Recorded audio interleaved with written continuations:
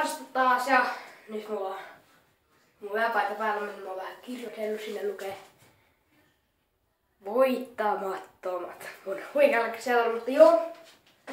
Ei. Nyt kun ootte huomannut, no, jos olette katsoisitte mun, kun mä oon sellainen valkosipulinen raanperunan, niin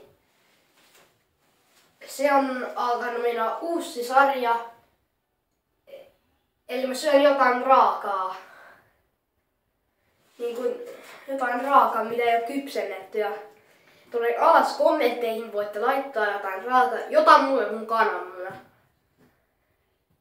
Tai sitten tietenkin, mitä yleensä syö raakana, voitte laittaa, että se niinku kypsennetään.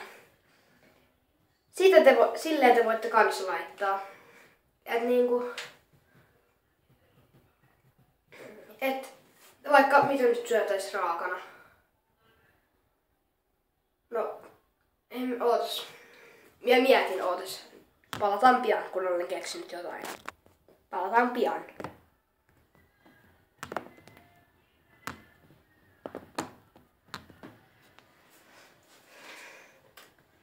Mitäköhän syöttäis raakana?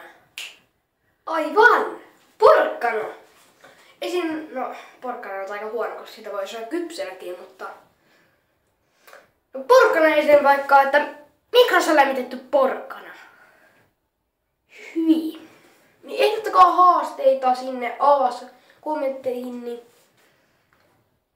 Sitten siellä me nähdään. Sitten mä luen niitä kommentteja ja sitten tulee haaste. Ja mä sit... Jos laitatte siihen, että saaks kertoa video, kuka sen laittoi.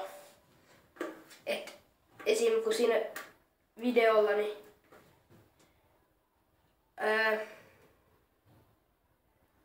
Niin. Mut joo, moro.